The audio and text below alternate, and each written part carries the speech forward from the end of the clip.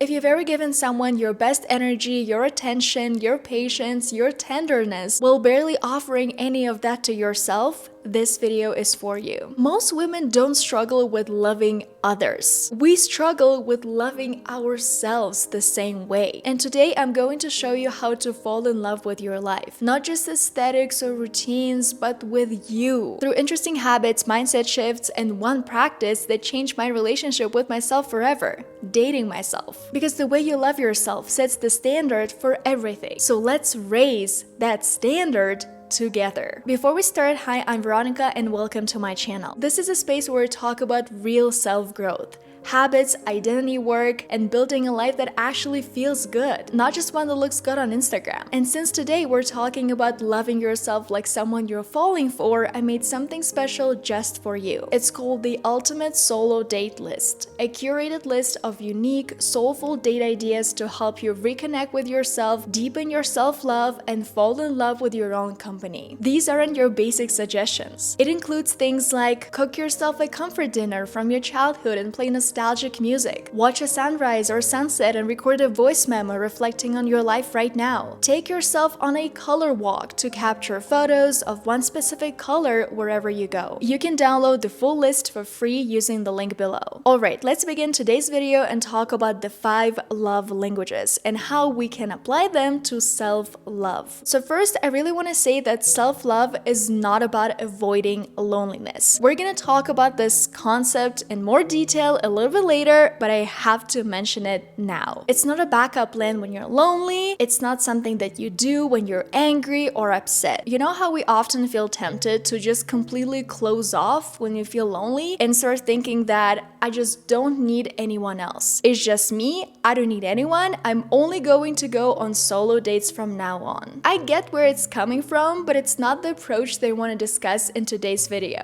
I think that self-love is when you show up for yourself in the same way you'd show up for someone you deeply care about. It's being able to say, you can't treat me like that, but this is what I like. This is okay. Yes, of course, it's about your personal boundaries because it is the foundation of your self-love journey. When you consistently choose yourself, you teach others how to love you too and how you love being loved. And if a part of you is resisting all of this, like self-love and solo dates, if it makes you feel silly or maybe even selfish, I promise you, you're not alone. Many of us were raised to put others first. Our family, our co-workers, our kids, our partner. But this is something that I really want to communicate in this video to all of you. Loving yourself doesn't mean ignoring others. What I said at the very beginning of this video, it doesn't mean that you are becoming cold, that you don't need anyone anymore, that, if you feel lonely, you're just trying to detach from that feeling, ignore everyone, and only focus on yourself. Loving yourself is not about ignoring people in your life. It just means that you're not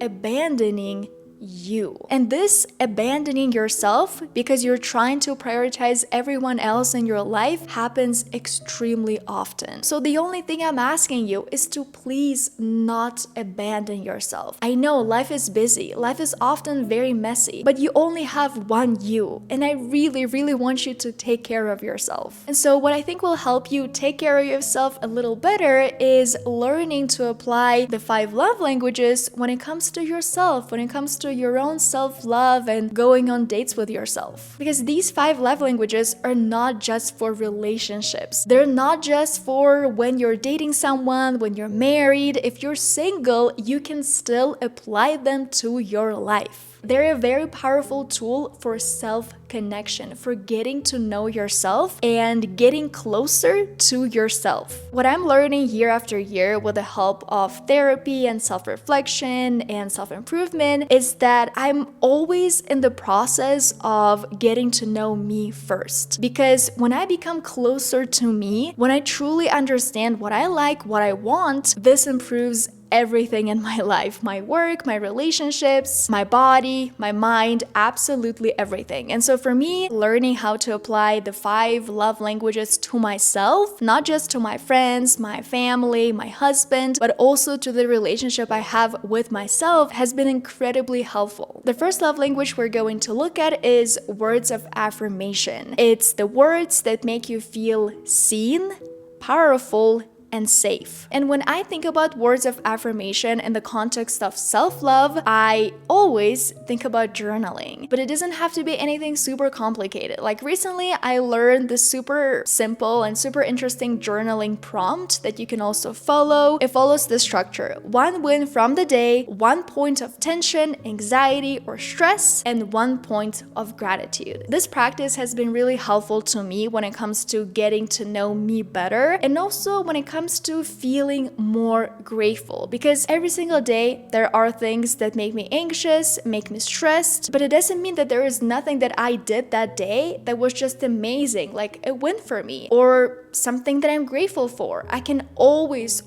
find those things, but we just tend to focus on the negative so much, on the things that make us stressed and anxious, that right before we go to bed, we just think about those things non-stop. And it just feels so good to just offload all of that information without telling yourself that no, you can't think about all of those stressful things, just turn off your brain and go to sleep. That's not how it works. And what has been really helpful in my case is writing everything down, giving myself that permission to write down the things that make me anxious, but also the things I'm grateful for, the things that I did today that I'm really proud of. The next love language is quality time. I have to mention something truly important. Time alone doesn't automatically equal to quality time. I think a lot of us think that, right now I'm by myself, I'm gonna watch something on my phone, some YouTube, or maybe scroll my feed on Instagram, and so I'm spending some quality time with myself. Just because you're alone, it doesn't mean you're spending quality time with yourself, because the same principle, we can apply the exact same principle to quality time with other people. Just because you're sitting with someone else in the same room doesn't automatically mean you're spending quality time with them. So for me, I'm going to just mention a few things that I consider quality time with myself. The first thing is shopping alone. When I go shopping, it's just a completely different thing when I shop by myself, because I can spend as much time as I want to. It's something that I genuinely enjoy doing, buying things that bring value into my life, not just,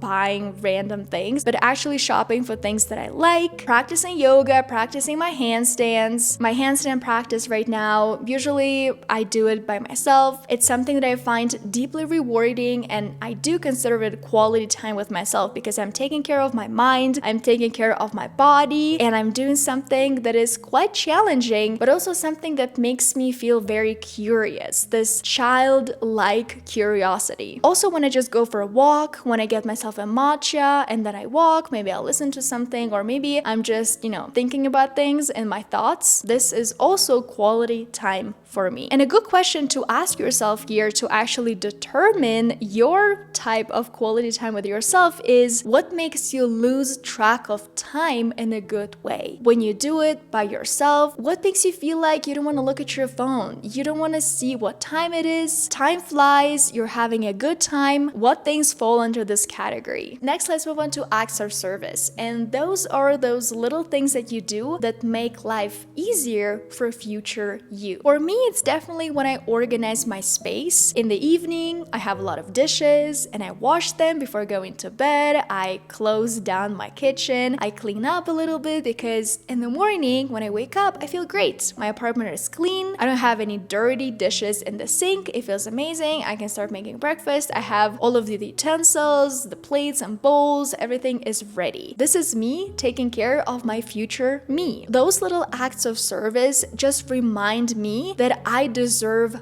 calm and not chaos, and that I can actually create this calm for myself. The next love language is gifts. And gifts isn't about random purchases, random spending well beyond your budget. Absolutely not. It's about intentional generosity towards yourself. One of the things that I recently purchased for myself were Lifeform yoga mats. They are quite expensive, around $100, $150 each. I love yoga. I love practicing handstands and arm balances, and so I really needed some good quality, grippy yoga mats, because a lot of yoga mats, when you try to do like something complicated, your hands slip. I mean, you don't even need to do anything complicated. Just a downward facing dog will make or break a yoga mat very often. And so I really wanted to find something that will work for me, that will look cute, because we all know this popular phrase, treat yourself. And while I really like this idea, I mean, treating yourself is really important, sometimes I think we really misunderstand it. And we use it as an excuse to help us with our feelings and emotions when we don't really know what we truly want and need. Treating yourself doesn't mean that you're trying to buy things to numb your feelings or to escape loneliness. It means honoring your values. It's about investing in things that genuinely support your well-being. Not just because right now you feel bad, you saw something on social media and you click purchase because you think, oh, I have to treat myself. But if we dig deeper, there are so many emotions and feelings that you haven't processed yet. And when you get that thing that you have just purchased, you barely use it. It's like, right now there is this huge trend on social media, these plush toys called Labubus. And I also don't want to say anything bad about the toys, because I know that there are people who genuinely love those toys and who genuinely collect them. But the question that I always ask myself, and that I really want you to ask yourself, is when you're buying something, if you think it might be an impulse purchase or if somebody influenced you, just ask yourself this question. If I couldn't post it on social media, if I couldn't share it with anyone else, would I still buy this thing? And in a lot of situations, the answer is going to be no, because sometimes we purchase things on impulse, or we think something is going to give us status, so we buy that thing. And right now, I see this Labubu trend on social media. Everyone is really happy and obsessed with these plush toys. Do I want this because it's a trend? Do I want this because it's me? Like, I am just a person who loves collecting plush toys. And the answer is no. I'm not this person. Like, it's not something that I put on my bags, like, ever. It's not really something I want to spend my money on. Even though maybe in the moment when I feel bored, tired, when I'm just scrolling the feed on social media, I see all of the people, their happy faces with Labubus, everything is great, I might think, maybe I need that thing too.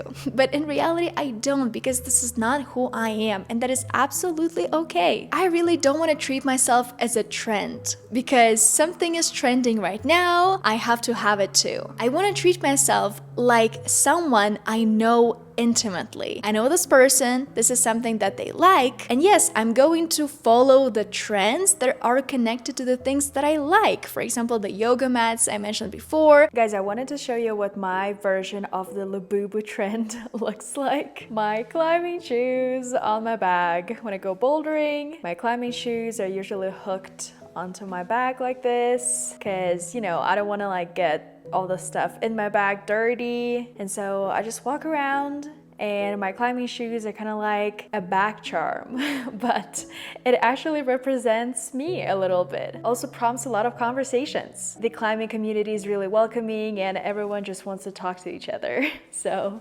this is my Labubu. And finally, our love language number 5 is physical touch. When it comes to applying this love language to your own life, you can think about doing skincare more gently instead of rushing through the process and just kind of doing this. Don't criticize your skin. Do it gently and carefully. And I know in a lot of cases it's easier said than done, because me included, sometimes I struggle with it so much, especially when I have a lot of acne or breakouts. It's really hard for me to just focus on, all the motions, my skincare, instead of focusing on criticizing me and criticizing my face and what I look like. It's also getting a massage, moving your body, maybe practicing yoga. I know I just talk about yoga so much because it's something that I really like, and it's been really, really helpful in my journey when it comes to my fitness journey, when it comes to my mind-body connection. Because I think the question you can ask yourself here is, what brings you back to your body? And so this activity is probably going to be a great physical touch love language for you. And I think here in general, I just absolutely have to mention this part. You don't do self-love. I know I have mentioned a lot of different things. You can practice self-love, all of the love languages and the way I try to incorporate them into my own personal life, but it doesn't mean that you're just going through the motions like a robot. You don't do self-love. You become someone who loves herself. And then you act accordingly. And I think this shift is really important, because when you act from a place of kindness and love, and then you think, okay, I respect myself, I love myself, how can I support that feeling? Because for me, practicing handstands is something that I truly enjoy doing. It comes from this place of loving myself, but maybe for you, it's not going to be the case. If you try to copy all of my motions, all of the things that I do, maybe it's not going to work for you, because you're trying to do self-love instead of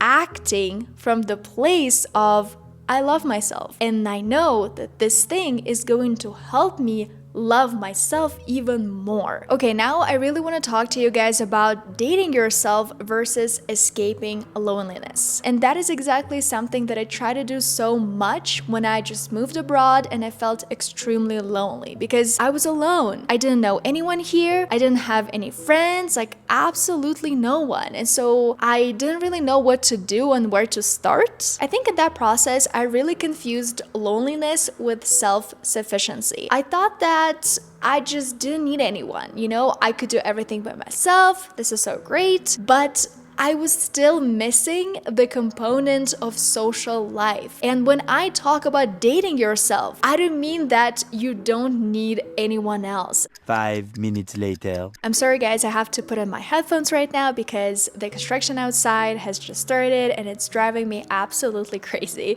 It's really loud. That is why I have my noise cancellation on.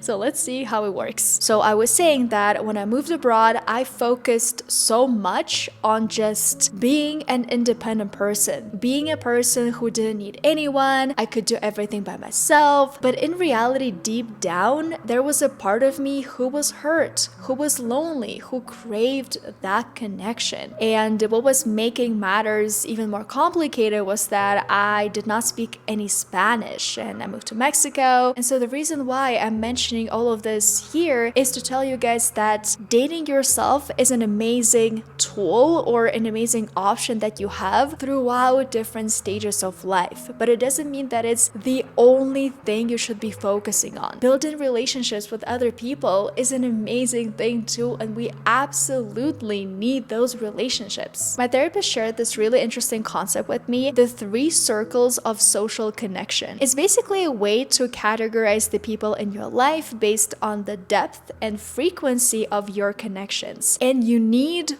all of these 3 circles or 3 different levels of connection. And when I moved abroad, I literally had none. So the first layer is your inner circle, your closest relationships. Then we move to your middle circle, your friends and allies, and then the outer circle, acquaintances and casual connections. When I first learned about this concept, the 3 circles of social connection, I started feeling like I had to put my solo dating, self-love and dating yourself on pause. And I had to jump in and spend a lot of time with other people. And that is also not the best approach, because self-love and dating yourself and taking yourself out on solo dates, all of those things matter, but social life matters too. And so it's great if you can find some sort of balance between these 2 things. You're not failing at self-love if you crave connection too, because connection is important to us. And one thing that has really helped me build my social life is this room rule. You know how right now I'm sitting recording this YouTube video for you guys, and then let's say I go outside to take a walk. And so if I try to make friends with every single person I just see randomly on the street, there's going to be a very high chance that I'm going to interact with people who just don't share my interests. It's not really going to be very successful because people are so different, and that is absolutely okay. And so the the thing that has really helped me is this room rule, which means that you're not just putting yourself out there, you're putting yourself in the right rooms with other people. And they don't have to be actual rooms, it's just a figure of speech. Let's say when I go to a new yoga school, I visit a class and this is a room, whether we're outside or inside, it's a room of people who are interested in the same thing. They're probably interested in keeping their body healthy, their mind healthy. All of these things I'm deeply passionate about. It's kind of like you start surrounding yourself with pre-filtered interest groups, and visiting those places and those rooms has helped me so much at the very beginning when I just moved abroad and I just craved connection. I felt lonely, but I was constantly trying to make myself believe that I wasn't lonely, that I could do everything by myself, I didn't need anyone. And so when I actually started working with my loneliness and I started helping myself by also practicing self-love and just giving myself grace, I realized that putting myself in the right rooms meant I was maximizing my chances for connection. And you know, when it comes to self-love and dating yourself, it's not just a phase of life. It's a lifelong relationship. You're always changing. And so you're always learning more things about yourself, about this new version of yourself you're becoming. So it's a lifelong process. And showing up for yourself, being there for yourself in different stages of your life is a beautiful thing. And honestly, guys, you don't have to wait. You get to go first. You get to buy yourself the flowers. You get to cook yourself a meal you'd love someone to surprise you with. You get to write the love letter to yourself before anyone else does. And when you do that, you're teaching other people who you are. You're leading by example. Being able to show people how you love yourself, what you do for you, for yourself, because this way other people will get to know you better. They will learn how you love being loved. So guys, I think it's going to be it for today's video. If you liked it, please don't forget to give it a thumbs up and subscribe to my YouTube channel. If you have some feedback to share with me, please leave me a comment. I love reading your comments and they mean so much to me. Don't forget to get your copy of the ultimate solo date list absolutely for free. All you need to do is click the link below. You will be added to my newsletter and you will receive your solo date list in an email from me. If this video inspired you to treat yourself with more love and intention, then you'll love this video next. Because sometimes the most powerful thing we can do for ourselves is not expensive, it's not aesthetic. It's small, consistent daily habits that make you feel better every day. So click right here and I'll see you there.